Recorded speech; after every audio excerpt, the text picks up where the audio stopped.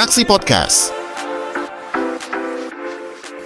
Halo, Assalamualaikum warahmatullahi wabarakatuh. Selamat datang di podcast Beraksi, podcast santai penuh makna dan inspirasi. Kali ini kita kedatangan tamu dengan Bapak Darmawi dan didampingi oleh Bapak Kepala Dinas Pariwisata Padang Pariaman.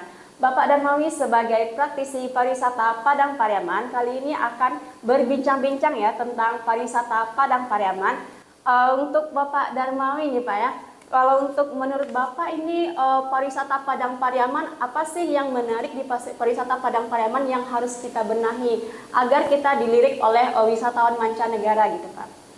Terima kasih Mbak Dila. Assalamualaikum warahmatullahi wabarakatuh. Selamat pagi pemirsa Podcast Beraksi Dinas Pariwisata Pemuda dan Olahraga Kabupaten Padang Pariaman dan warganet dimanapun berada, dan juga tentu semua wisatawan yang masuk ke Padang Pariaman, dan kita ucapkan selamat datang dan selamat menikmati pariwisata Padang Pariaman. Terima kasih Bu Dila, setelah saya diundang di sini ini merasa suatu kebahagiaan bertemu dengan Bapak Kepala Dinas. Beliau adalah abang saya yang dulu sudah banyak memberikan informasi kepada seluruh masyarakat di Indonesia ini. Beliau selaku humas di Kabupaten Padang Pariaman dan sekarang dipercaya sebagai Kepala Dinas Pariwisata Kabupaten Padang Pariaman. Nah, saya selaku praktisi pariwisata di Kabupaten Padang Pariaman. Kita Padang Pariaman ini mempunyai daerah yang sangat potensial dibanding daerah-daerah yang lain ya setelah Kota Padang. Kenapa demikian? Padang Pariaman ini berada di gerbang utama, pintu masuk atau gate one ya dari Bandara Internasional Minangkabau. Nah, secara promosi ya setiap wisatawan yang akan landing di daerahnya Sumatera Barat, nah pasti seluruh penumpang yang ada di pesawat itu akan diperkenalkan oleh pramugari bahwa dia akan sampai dan akan datang di Bandara Minangkabau Kabupaten Padang Pariaman. Nah, ini salah satu media promosi yang pertama ketika orang menginjakkan kakinya di Kabupaten Padang Pariaman. Nah, kemudian Padang Pariaman ini juga adalah merupakan sebagai kabupaten transit dari beberapa sisi yang kita lihat, utamanya ketika orang dari Padang ke Bukit Tinggi itu pasti dan wajib melewati Kabupaten Padang Pariaman. Kemudian orang dari dari Kota Pariaman, kemudian dari Pasaman Barat, Pasaman Timur, Agam, ketika dia akan ke Bandara Minangkabau, dia pasti melewati Kabupaten Padang Pariaman. Nah, dari provinsi manapun ya, dari kabupaten manapun yang ada di Sumatera Barat, nah ini pasti dia akan mengenal itu Kabupaten Padang Pariaman. Ini salah satu langkah awal bagi Dinas Pariwisata Padang Pariaman untuk memperkenalkan nah destinasi-destinasi atau apa yang menarik yang ada di Padang Pariaman. Oleh karena itu, saya adalah putra orang Padang Pariaman ya, diproduksi, dicetak, dilahirkan ya, dikeluarkan Made in Padang Pariaman. Oleh karena itu tentu saya wajib berkontribusi membantu Dinas Pariwisata Pemuda dan Olahraga bagaimana mengembangkan pariwisata Padang Pariaman ini dikenal bukan hanya lokal saja wisatawan yang masuk, bukan domestik saja, tetapi internasional. Oke. Terima kasih Pak Darmawi. Bagaimana tanggapan dari Bapak Kadis ini dengan respon dari Pak Darmawi tadi? Ya, kita sangat bersyukur sekali hari ini kedatangan tokoh kita, anak muda, putra Padang Pariaman yang memperhatikan kampung halamannya. Dan saya khusus ini kalau dengan praktisi ini tentu harus kita sejalan bagaimana konsep-konsep yang kita barengkan untuk kita buat di Padang Pariaman sehingga betul-betul memberikan daya tarik sehingga tingkat kunjungan wisatawan di Kabupaten Padang Pariaman itu meningkat, pendapatan asli daerah meningkat. Itu target kita. Sehingga kan kita melibatkan ini Bung Darmawi, dan beliau juga adalah Ketua Asosiasi Transportasi dan Traktor dan Travel Indonesia Provinsi Sumatera Barat, dan beliau juga adalah Ketua Ikatan Homestay dan Penginapan. Ini betul-betul connect betul dengan kita ini. Kita mulai menata ini, Pak Darmawi, sehingga kita mohon masukan. Bagaimana kita mulai menata ini sehingga ke depan bahwa kita jangan lagi hanya numpang lewat aja orang di Padang Pariaman ini. Kalau orang numpang lewat di sini nggak ada singgah uangnya di sini. Kapal ikan kita tidak laku. Ini sehingga ini tugas Pak Darmawi ini bagaimana mendatangkan investor, mendatangkan wisatawan, sehingga kita berupaya ini secepatnya kita tata. Kita mulai menata langkah-langkah program-program kita di Disparpora ini berorientasi betul-betul memberikan perubahan untuk ada destinasi wisata unggulan kita di Sumatera Barat. Jangan orang lagi pergi ke Bukit Tinggi aja, pergi nyampe di Padang aja, gitu. Sehingga nanti Padang Pariaman juga menjadi tujuan. Itu harapan kita, Bang Darmawi, sehingga nanti ke depan Bang Darmawi bantu kita. Ya, tentu Pak Kadis, kita siapkan program atau langkah-langkah kerja kita, bagaimana orang itu bisa stay. Tidak saja lagi orang itu memadek jalan awak aja, atau menghancurkan jalan awak. Itu kan kerugian bagi Pemda Padang Pariaman. Nah, artinya PAD-nya pindah ke Bukit Tinggi, PAD-nya pindah ke Kota Padang, PAD-nya pindah ke Tanah Datar. Kenapa? Karena daerah-daerah mereka ada sesuatu hal yang dicari, ada sesuatu hal yang dikunjungi. Oleh karena itu mindset itu yang kita rubah. Nah, apa cara kita, langkah-langkah yang harus kita persiapkan untuk bagaimana orang tidak transit saja, tidak lewat saja. Dia harus singgah, dia harus berhenti. Nah, tentu pertama sekali adalah bagaimana kita masyarakat Padang Pariaman ini, nah kita masyarakatnya ini masyarakatnya kita welcome. Kita welcome dengan tamu-tamu wisatawan yang masuk ke Kabupaten Padang Pariaman. Kita sumber daya manusianya harus kita ini, mindsetnya harus kita ini ya Pak. Kita upgrade lah. Nah, namanya kita upgrade skill daripada masyarakat kita ini. Dia welcome dengan tamu-tamu yang datang. Nah, ada sekarang yang sudah dibentuk oleh dinas itu namanya ada Pok Darwis. Nah, melalui pendidikan, pelatihan, bimbingan, Pok Darwis ini kita giatkan untuk dapat mensosialisasikan kepada masyarakat setempat itu bahwa setiap wisatawan yang masuk itu dia mengantarkan uang ke kita. Coba bayangkan, ada orang yang datang mengantarkan uang kepada kita, kira-kira servis kita bagaimana? Seperti itulah kita konotasikan. Uang itu yang diantarkannya kepada kita itu apa? Yang pertama ketika dia berbelanja. Nah, bagaimana kita nanti menyiapkan pelaku-pelaku UMKM kita, baik mulai dari yang menyediakan restoran, kemudian oleh-oleh, kemudian merchandise, kemudian gift, kemudian jasa-jasa lain apapun, itu uang itu akan tinggal di situ. Nah, yang namanya UMKM tadi itu dikenakan pajak oleh Pemda. Nah, pajak yang diterima oleh Pemda itu dikembalikan kepada masyarakat untuk membangun jalan dan lain-lain sebagainya dan kebutuhan. Nah, oleh karena itu jangan dianggap ketika orang yang datang itu yang bagadang kan orang nan manggale makan. Tidak. Jadi semua kita menikmati. Sampai tukang parkir. Mulai dari tukang parkir, mulai dari petani, mulai dari pekebun, Nah, tidak saja hanya pelaku dan pegiat, yang ada masyarakat yang tidak pelaku pegiat menikmati karena feedback daripada pajak yang diterima oleh Pemda itu akan dikembalikan kepada masyarakat. Nah, itu yang kita utamakan adalah bagaimana kita memberikan edukasi kepada masyarakat kita, khususnya Kabupaten Padang Pariaman. Nah, kita jangan berprasangka buruk kepada mereka. Mereka yang datang ke kampung kita itu adalah mereka ingin mencari something, experience, pengalaman.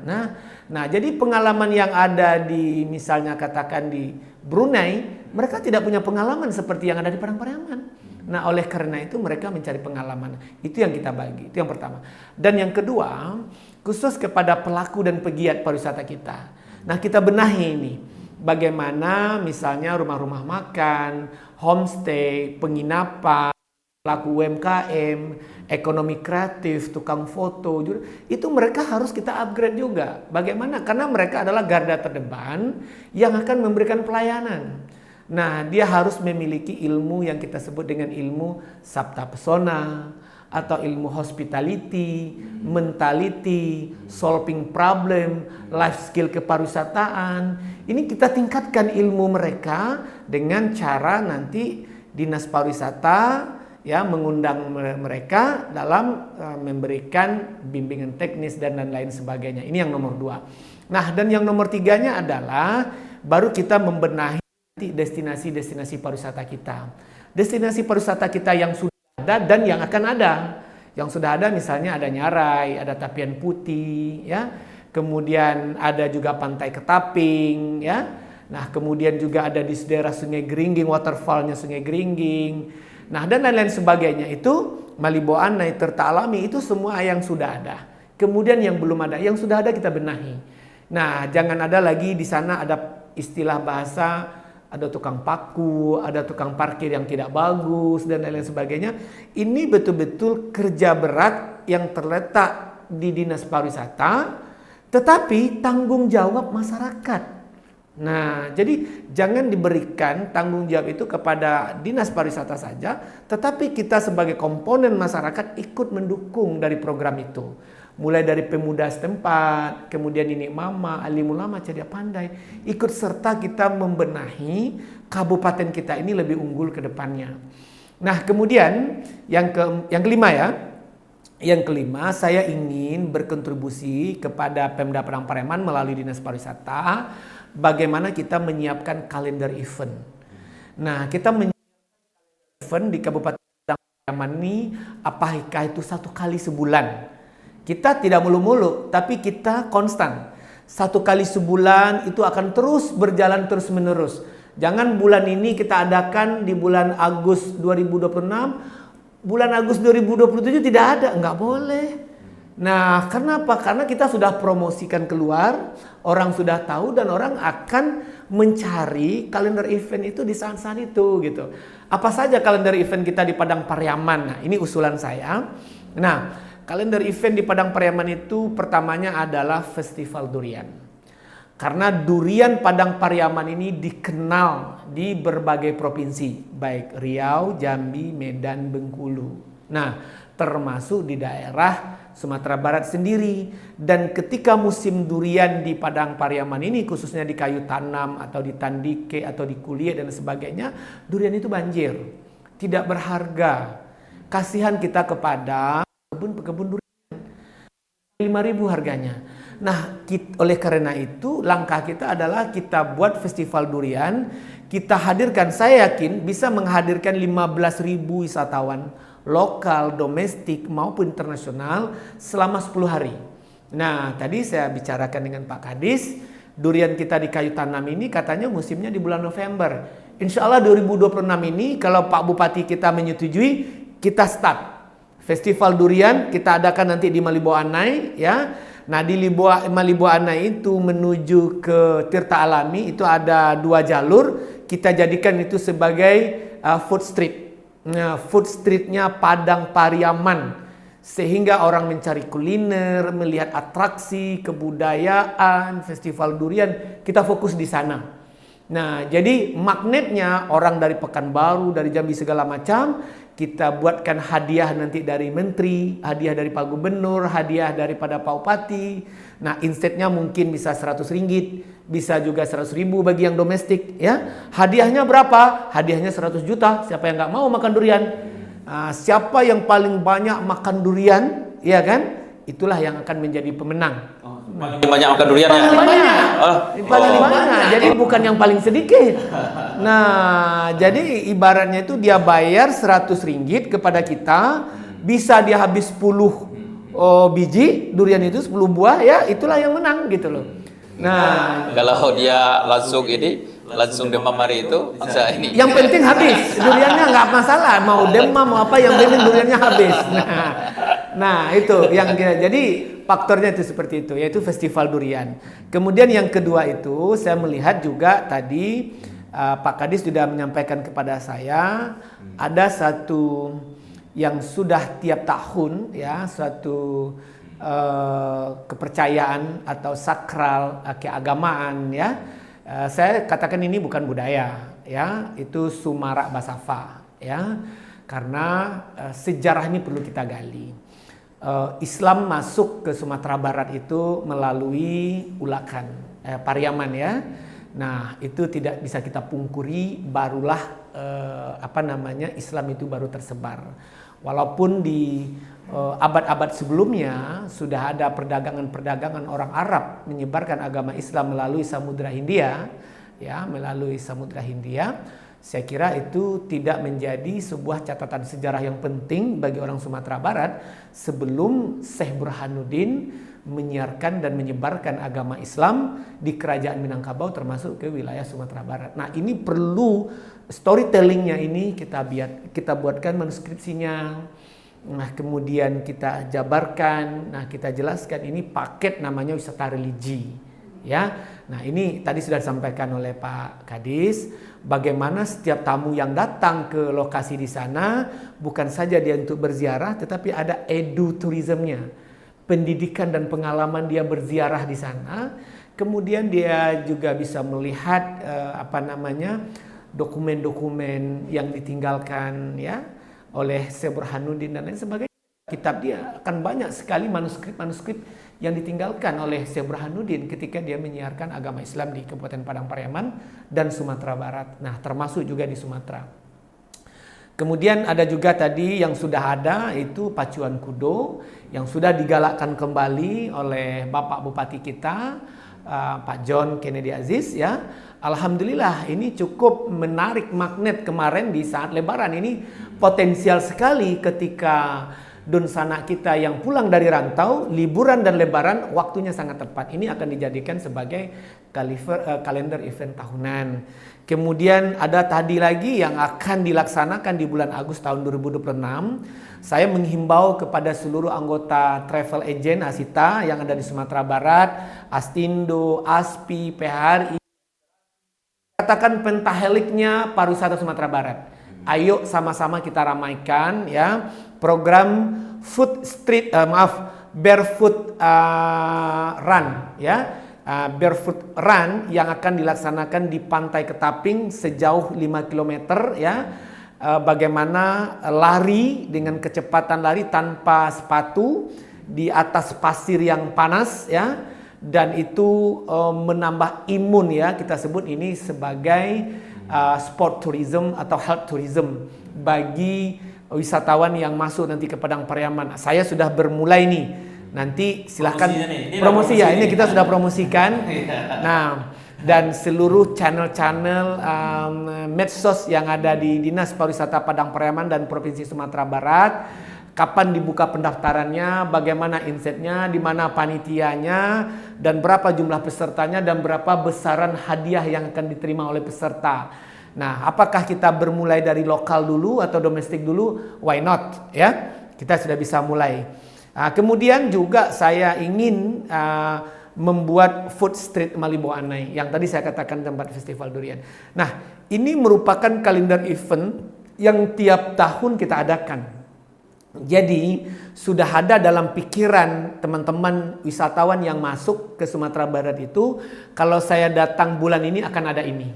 Kalau saya datang bulan ini akan ada ini.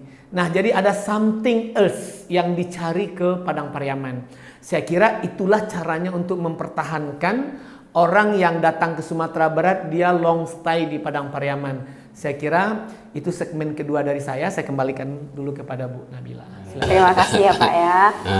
Kan target kita ini tahun 2027 kita mau mengusahakan mancanegara masuk ke Padang Pariaman nih Pak ya. Kalau untuk misalnya wisatawan mancanegara masuk ke Padang Pariaman ya Pak ya, itu apa sih yang dilihatnya di Padang Pariaman gitu Pak? Iya. Kalau untuk wisatawan yang datang ke Padang Pariaman, bukan hanya Padang Pariaman aja, itu Sumatera Barat ya. Jadi ada 3 komponen ya wisatawan yang masuk ke Sumatera Barat. Saya baru menulis kemarin ya. Tulisan saya itu adalah Bumi Minangkabau ya dianugerahi satu sebagai negeri sejuta masjid. Kenapa dikatakan Bumi Minangkabau dianugerahi sebagai negeri sejuta masjid? Tidak ada di provinsi manapun, di negara manapun yang azannya sahut bersaut. Nah, kenapa jarak masjid antara satu masjid dengan masjid yang lainnya tidak lebih kurang dari 500 meter? Itu tidak ada selain dari Sumatera Barat, katakanlah Pekanbaru, Medan, tidak ada. Hanya di Sumatera Barat. Ini satu. Itu yang dilihat oleh teman-teman kita yang datang dari Semenanjung. Semenanjung Melayu itu ada Malaysia, ada Singapura, ada Brunei, ada Thailand Selatan, ada Mindanao Selatan, Manila, Philippines, ya. Mereka yang itu yang dia cari ke Sumatera Barat. Karena di negara dia tidak ada yang azan sahut bersahut. Kalau kita di sini azan, di sana azan, di sana azan, di sana azan. Dekat-dekat surau kan? Iya, itu dia. Nah, jadi saya orang yang memberikan anugerah nama kepada Bumi Minangkabau adalah negeri sejuta masjid. Itu yang pertama. Dan yang kedua adalah negeri sejuta pesona. Kenapa saya sebut negeri sejuta pesona?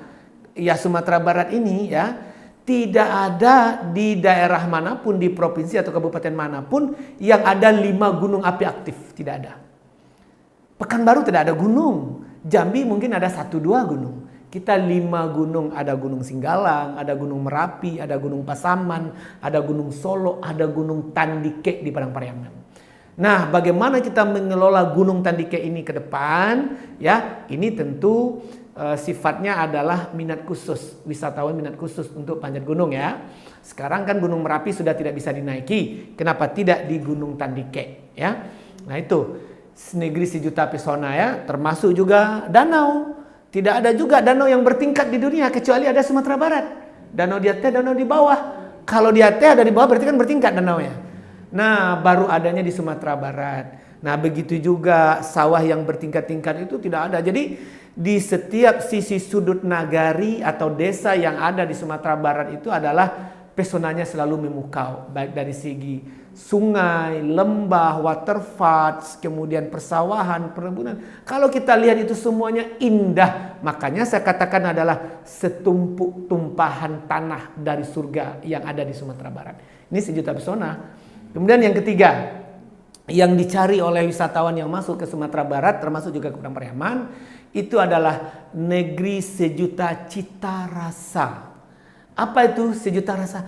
Jadi makanan-makanan, kuliner-kuliner yang ada di Sumatera Barat ini itu bukan enak, sangat enak sekali. Itulah yang kita berikan akses kepada wisatawan untuk menikmati ya. Secara tidak langsung restoran Padang yang ada di belahan dunia itu telah mempromosikan Sumatera Barat. Nah, itulah yang dicari oleh wisatawan ke Sumatera Barat maupun ke Kabupaten Padang Pariaman. Makanya dari lokasi-lokasi destinasi yang saya jelaskan tadi ya, itu semua sangat memukau. Seperti Pantai Tiram yang berhadapan dengan Samudra Hindia ya. Kemudian dikelilingi oleh sungai ya.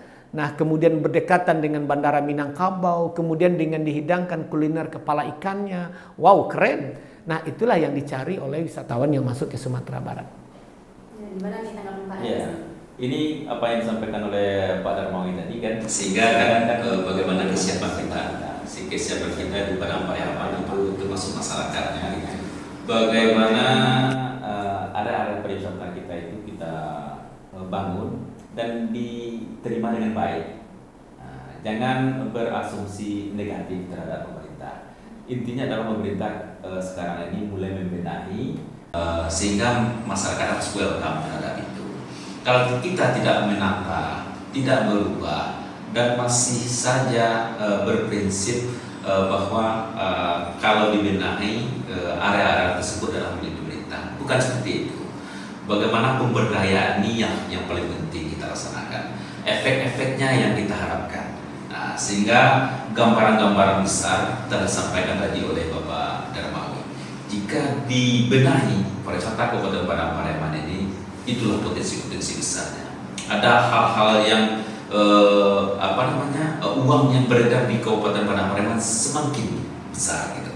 Karena apa?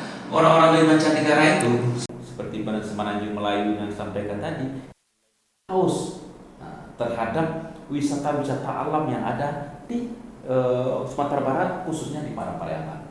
Sehingga kita welcome terhadap itu. Yang kedua adalah bagaimana kita di pemerintahan itu betul-betul mengambil sesuai dengan kekinian. Program-program kita harus sesuai dengan tantangan-tantangan ke depan. Karena apa? Kalau kita tidak mengikuti tantangan-tantangan dunia industri pariwisata ini, kita tentu ketinggalan. Tidak mendapatkan efek terhadap manfaat Bandara Internasional Minangkabau itu kepada Pariaman. Itu. Sehingga ini pembenahan dari welcome-nya dari masyarakat, itu bagaimana pembenahan dari pemerintahan betul-betul menyesuaikan dengan kondisi saat ini. Gitu. Itu harapan kita. Saya tambahkan bila Sebagai closing terakhir ya, karena waktunya sudah berjalan ya, perlu dipahami oleh kita masyarakat Kabupaten Padang Pariaman dalam mengembangkan industri pariwisata ini. Industri pariwisata ini adalah memberikan multi efek kepada seluruh perekonomian masyarakat kita. Apa itu multi efeknya? Ketika wisatawan datang ke Sumatera Barat, mereka butuh tempat penginapan. Yang hidup di sana itu adalah masyarakat kita yang memiliki penginapan dan homestay. Satu. Kemudian yang kedua, ketika dia butuh makan dan minum, siapa yang diuntungkan di sana? Petani kita. Kenapa? Beras yang dimasak oleh restoran itu adalah bersumber daripada petani, pekebun, kemudian peternak, kemudian ikan dan lain sebagainya. Itu multi efek yang dihadirkan oleh industri pariwisata. Kemudian di samping itu ketika dia pergi ke destinasi, nah di destinasi itu ada pelaku UMKM yang menjual salalau, yang menjual katupek gulai tunjang, yang menjual makanan-makanan yang lainnya, mangkuak badeta dan sebagainya.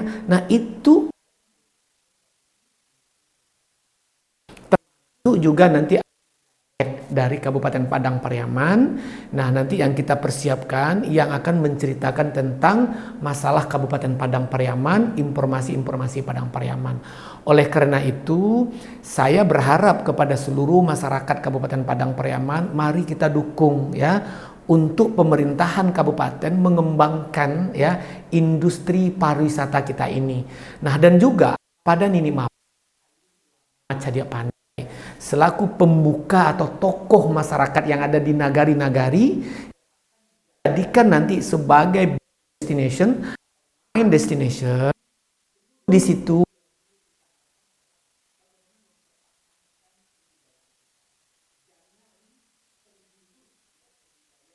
kebiasaan kita dengan mereka-mereka yang datang. Nah itu adalah tugas daripada Nini Mama Alim Ulama Cadia Pandai ya, agar bahkan kebudayaan itu adalah bagian daripada kekayaan aset yang kita jual kepada mereka. Contoh, apa kebudayaannya orang Padang Pariaman? Iya, itunya Simarantang. Ya. Simarantang itu bisa kita jual kepada mereka. Sekali tampil 3.500.000. Berapa pesertanya?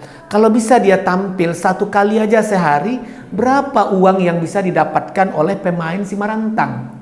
Kemudian Kim, kemudian Sile, kemudian Randai, dan lain-lain sebagainya. Ini bahagian daripada kekayaan kebudayaan yang kita miliki sebelumnya.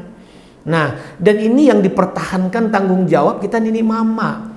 Nah, jadi bukan menghambat daripada pembangunan industri pariwisata. Itu yang selama ini menjadi kontroversi ya ketika pemerintahan ini membangun areal ini. Nah, langsung ini bahwa tata administrasinya harus mendatangi ini dulu sehingga kan kita di pemerintahan yang penting itu adalah investasi adalah mengenai tanah gitu. Iya. Sehingga ini bahwa kita pemerintahan tidak melepaskan hak dari nenek mama. Iya. Nah, kita hanya membenahi.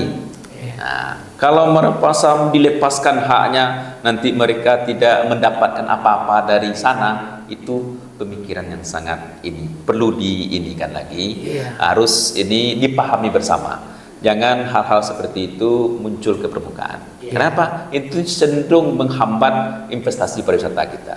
Ya, yang kita harapkan adalah warga setempat proaktif. Proaktif itu makanya saya mengusulkan itu adalah pariwisata yang berkelanjutan, sustainable tourism.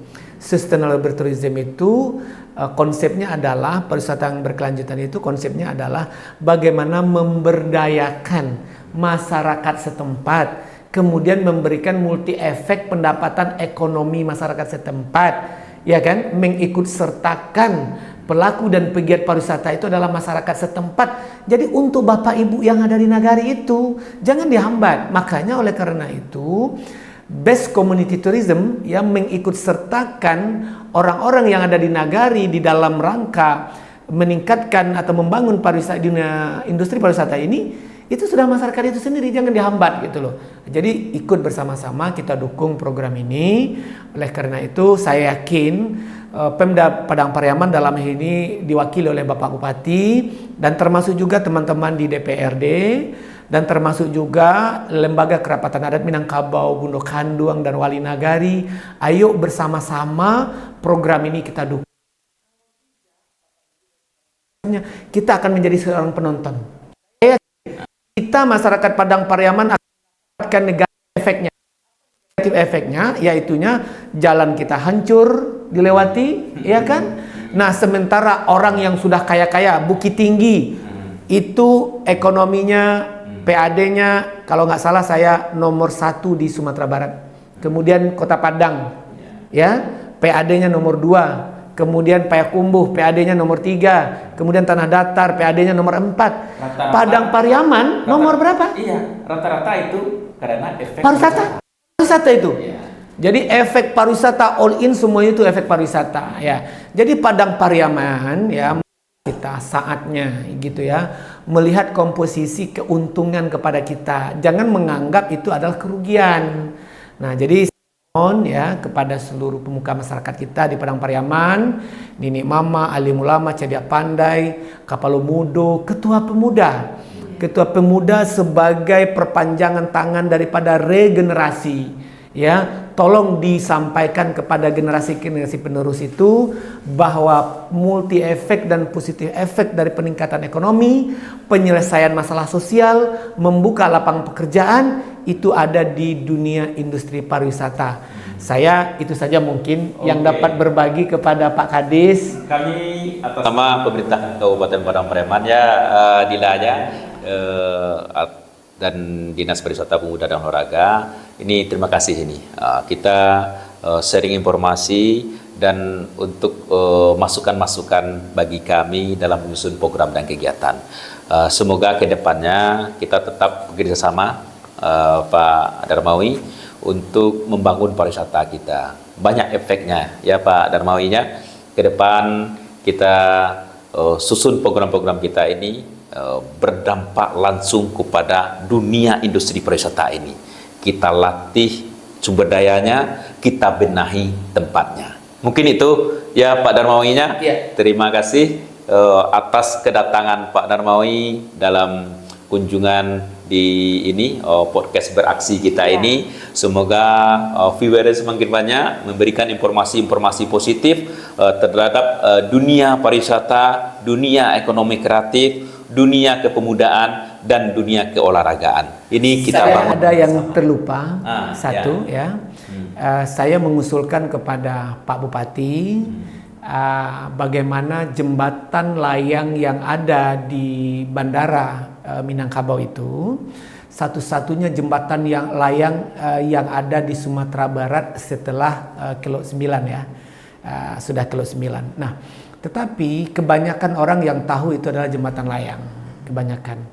Nah, jadi jembatan layang itu bagaimana kita jadikan itu sebagai night market. Nah, satu destinasi night market. Saya yakin 1.000 satu hari nggak kurang uang yang masuk dari Kota Padang ke Padang Pariaman. Karena itu berbatasan dengan Kota Padang. Nah, night market itu kita laksanakan bermula dari jam 5 sore hingga jam 11 malam. Nah, Jadi dan kita meminta kepada Satpol PP dan Dinas Perhubungan di jam 5 sore itu sampai yang itu transportasi diturunkan ke bawah. Nah, di bawah jembatan itu dijadikan sebagai areal parkir. Nah, jadi di antara dua bidang jalan itu kita siapkan pelaku UMKM kita dengan gerobak-gerobak UMKM-nya yang bisa dinikmati tengah malam gitu ya. Ada tempat makan di sana. Ada tempat makan, ada tempat minum, ada merchandise dan segala macam sehingga masyarakat setempat akan hidup di situ dan tidak lagi dijadikan sebagai persoalan sosial. Sekarang jembatan layang ini sudah berada di urat nadi persoalan sosial. Apa itu? Yang pertama itu adalah tempat balap liar. Bagi generasi kita ini kan kurang bagus ya. Nah, generasi kita yang menjadikan itu sebagai tempat balap liar. Nah, sudah banyak kecelakaan yang terjadi, kasihan orang tua mereka dan lain sebagainya. Kemudian yang kedua, karena lampunya mati dijadikan tempat anak-anak muda bertemu gitu. Antara sesama jenis dan berbeda jenis. Nah, jadi kan ini merupakan negatif efek kepada nagari tersebut gitu kan. Ini saya minta kepada Pemda Padang Pariaman turun tangan langsung ya untuk bagaimana ini kita benahi. Kemudian Batang Anai yang ada dekat bandara itu akan kita jadikan nanti sebagai tujuan wisata Anai Resort ya, Anai Resort atau Anai Cruise ya. Nah, saya sudah terfikirkan bagaimana dua ini adalah sebuah potensi besar untuk mengelola pariwisata yang tidak berbayar mahal, murah tetapi orang menikmati dan tidak perlu investor dari luar Pak Bupati. Ini mungkin didengar oleh Pak Bupati. Ya, cukup investor dalam saja dan masyarakat saja, saya yakin ini bisa kita poles dan kita jadikan sebagai penambahan peluang kerja, kemudian peningkatan ekonomi masyarakat di nagari dan lain sebagainya. Itu saja Pak Kadis, saya akhiri wabillahi taufik walhidayah. Assalamualaikum warahmatullahi wabarakatuh. Oke, silakan Dina. Oke, terima kasih kepada Pak Darmawi atas pandangannya kepada pariwisata Padang Pariaman ya Pak ya. Berikut dari Pak Darmawi dan juga Pak Kadis gitu kan.